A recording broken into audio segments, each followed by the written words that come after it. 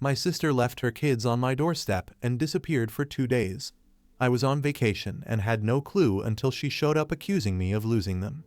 Hi everyone, I 28F have an older sister, Jackie 32F, who has 2 kids, an older son and a younger daughter.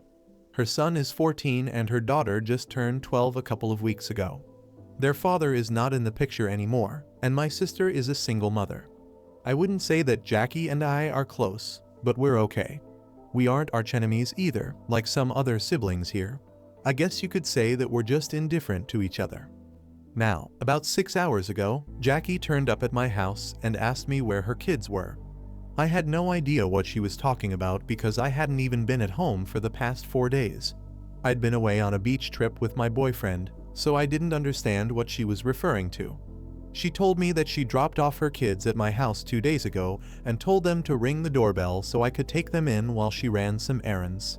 She told me that she texted me about it, but I didn't recall receiving any text of the sort and even showed her proof of it on my phone. But while going through my phone, she was able to discover the text that she'd sent before she dropped her kids off, and I'd somehow missed it, probably because I was on vacation and wasn't checking my phone often. She started to panic and accused me of being careless because now neither of us knew the whereabouts of her kids. She told me that apparently she'd driven away before she saw that her kids were safely inside the house because she was counting on me to take them in. She told me that she had gotten into some legal trouble that she didn't want to speak about, and that's why she'd been missing for 2 days. But now that she was back, she wanted her kids, and she wanted them now. I didn't know what to do, so I suggested that she go to the police or something because I literally had no clue where the kids could be. They didn't even have their phones on them, so there was no way we could get through to them. Jackie didn't want to go to the cops because she just finished dealing with a lot over the last 2 days, and the police being involved was the last thing she needed. She turned my house upside down and accused me of being selfish and not thinking about my niece and nephew.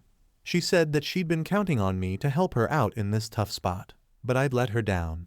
She left in tears and said that she was going to knock on every relative's door until she was able to find her kids.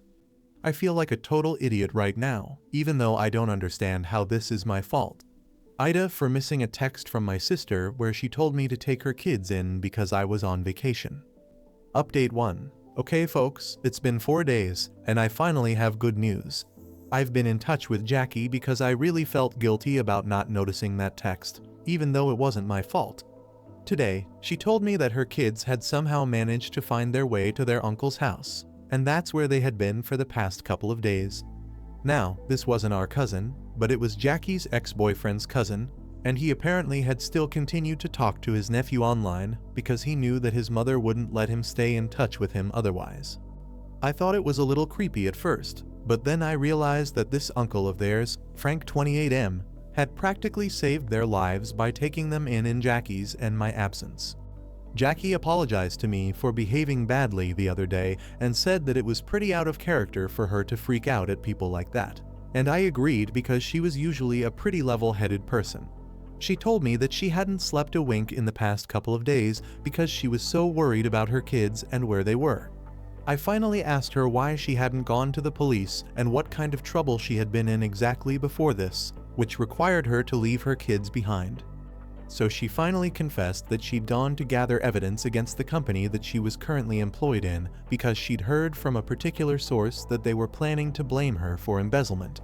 Since the company was facing a huge financial crisis and they needed someone to shoulder the blame. So upper management had figured that she could take the blame as she was the head of accounting and had the most access to the company's financial records.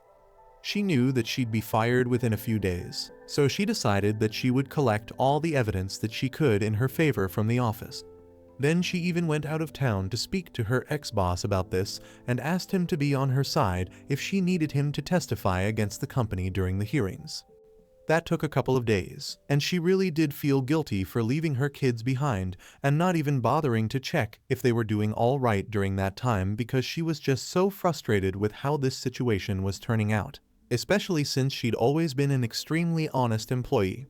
She didn't want to go to the cops because that would reflect badly on her and might even end up with her kids being taken away from her, which she didn't want. She broke down and told me that she hadn't even bothered to pack warm clothes for her kids, even though it was pretty cold outside, and she just completely neglected them because she was facing a crisis. I tried to console her, but I knew that it was pretty messed up to treat your kids like that. No matter what you're going through personally, Jackie and I aren't really in touch with our parents anymore and haven't been for a really long time, so I'm pretty much the only person that she can count on, and I know it's the same for me if it really comes down to it. So we might not be the best of friends, but we always have each other's backs. It's been that way since we were kids, and I was disappointed that I couldn't look after her kids this time around. She was really lucky that her son had remembered Frank's address from when they used to talk online. She found out by accident when she logged into her son's Instagram account and went through his chats. She was so out of it that it didn't even occur to her until she opened her laptop. Her son would occasionally use her laptop to play games or to talk to his friends online, and when she remembered that, she instantly logged in, and that's how she was able to discover Frank. That guy didn't have Jackie's number, so he wasn't able to contact her when her kids showed up at his house. Frank used to visit a lot before his cousin gave up custody of the kids 4 years ago, and after that, Jackie wanted nothing to do with his family, so Frank wasn't able to visit the kids again. But he was able to reconnect with his nephew online, and it was actually surprisingly Jackie's son who tracked his uncle down online and sent him the first text. I guess kids do remember who was there for them the most as kids. So anyway, I'm just glad that Jackie was able to find her kids, and I don't have to carry around the guilt of not noticing that text sooner. I just hope that she's able to deal with her baggage better so that her kids don't have to suffer anymore. Update 2. It finally happened. Jackie's company fired her, and they're also planning to come after her legally, just like she'd expected. They accused her of embezzlement and said that they would make sure she ended up behind bars. The poor woman is scared beyond words and has been texting me almost every hour just so she has somebody to talk to. She does have a lawyer, and a pretty good one at that, but even then, she's going up against a pretty big force, so there's no telling what might happen next. She has asked me and Frank to look after her kids and help her out whenever she needs it because she would hate to end up neglecting her kids like she had the first time around. And both of us obviously said yes to the job because she's going through a horrible thing right now and needs all the help and compassion that she can get. Update 3. So Jackie and her company's representatives are meeting with a court-appointed mediator today, and she left the kids with me. They're quite good kids, and it's horrible that their mother has to go through something like this. I guess the only silver lining here is that this has really helped Jackie and I bond together. She dropped off the kids at my house last night, and I demanded that she stay for dinner because I really didn't want her to leave and face the night before this morning all by herself. After the kids had fallen asleep, Jackie had a total meltdown and told me how she dedicated almost a decade of her life to this company, and now they were screwing her over without as much as a second thought. I consoled her through the night and insisted that she spend the night here because I just couldn't let her drive back home in that state. Even when she woke up this morning, she seemed nervous and anxious, and I guess it's totally normal for her to feel that way, even if she's innocent. I offered to drive her, but she told me not to because she needed somebody to watch the kids and drop them off at school. I also needed to go to work after I dropped them off at school, so she went on her own. Frank will pick the kids up after school ends and drop them at Jackie's house. It's a pretty neat system that we've worked out, and I'm really hoping that we don't have to stick to this for long, that Jackie can resume her normal life soon. I know this isn't the drama-filled update that a lot of people wanted to hear, but I'm really scared for Jackie, and I just need a place to vent, so I'm turning to Reddit for help right now. Update 4. I just got to know something insane from Jackie, and it finally makes sense why she was so nervous and jittery before the meeting, even though she hadn't really done anything that she had been accused of. Apparently, Jackie had been in a relationship with one of her subordinates for almost 2 years before this, and that's what she was really scared of, that her company was going to try and use this against her, and that is exactly what happened. She's even more screwed because, unfortunately, this was not a relationship that HR had been told about, so it was kind of frowned upon. What was even worse was that she was the one who had initiated this relationship, and she hadn't even told her lawyer about it, so he was completely blindsided when they brought this up during the meeting. Jackie's boyfriend had pretty much submitted all their texts and stuff as evidence to the company and stabbed her in the back pretty badly. He called her later on, saying that they'd offered him the position that she used to work in for selling her out, and he just had no choice. Truth be told, he did have a choice. He just made the one that would benefit him at the cost of his relationship. Jackie came home today and told me all of this, and I really gave her an earful because this was really irresponsible and stupid of her. Not only was she putting herself in danger by not being completely honest with her lawyer and the people who cared about her, but she was also not even thinking about her kids who were looking forward to having her around all the time again. She was crying yet again, but today I was just too mad at her to feel bad about it. I told her that we all deserved better, and so did she. But if she wasn't willing to be honest and transparent, then there was very little the rest of us could do to help her out. After today's meeting, her lawyer had almost even quit because she hadn't been completely honest with him. I explained to her that this wasn't the time to be thinking about her image and so-called reputation, but to be thinking about how she could save herself from landing up behind bars. And for that, if she needed to bring out every single dirty little secret that she had, then she should do that and look out for herself. She seemed to hesitate a little bit, but she did tell me that she had been considering getting her now ex-boyfriend to tell her why he'd sold her out on text so that she would have proof of the company trying to screw her over on purpose. I thought that was a great idea, so I told her to call her ex and get him to tell her how the company had offered him her job in exchange for all the screenshots. So she called him up, and then it was a pretty easy task to get that egoistic idiot to confess on the phone, and we recorded it and sent it to her lawyer immediately. We don't know if it'll be helpful or not, but at least we know that we tried. As for the other proof, the company will literally have nothing on her unless they decide to go ahead and falsify proof against her just to frame her. Luckily, she has the original documents of their financial records which she'd gathered before she was fired, so they won't exactly be doing themselves any favors by trying to plant false evidence. The biggest thing that they had against Jackie was her affair with her subordinate, but that's over now, and that's technically not even the point of this lawsuit, so it's not even relevant. It was only just a way to spoil her character. Update 5. So I've been hounded by you guys for almost 2 weeks now because you want to know what happened between my parents and us and why don't we speak to them anymore. I was trying not to talk about that because it isn't really relevant to the whole Jackie thing. But since you guys have been insisting for days that I tell you, well, here goes. My parents were both drug addicts who pretty much neglected us our entire childhood and were the worst parents on earth. We lived off of our neighbors' and relatives' kindness and generosity because our parents had taught us not to expect anything from them from a very early age. They were never there for us in any capacity, so of course, Jackie and I gave up being fairly independent and didn't rely on anyone because we knew that we couldn't trust them. They kicked us out the second I turned 18 and told us that we could now make a life for ourselves separate from them because they were tired of taking care of us, even though they barely ever had to. Neither of us ever knew who our grandparents were, and the only relatives we had were an old aunt on my mother's side and my dad's second cousin who used to live on the same street and helped us out once we got kicked out. He helped us through college, but then when Jackie graduated, he took up a job out of state, and that was the end of our relationship. Since then, it's just been the two of us, and we somehow managed to build a life for ourselves away from our horrible parents and crazy past. I think the last time that we even spoke to our parents was about 6 years ago. My mother had called to inform us that our father had been diagnosed with dementia.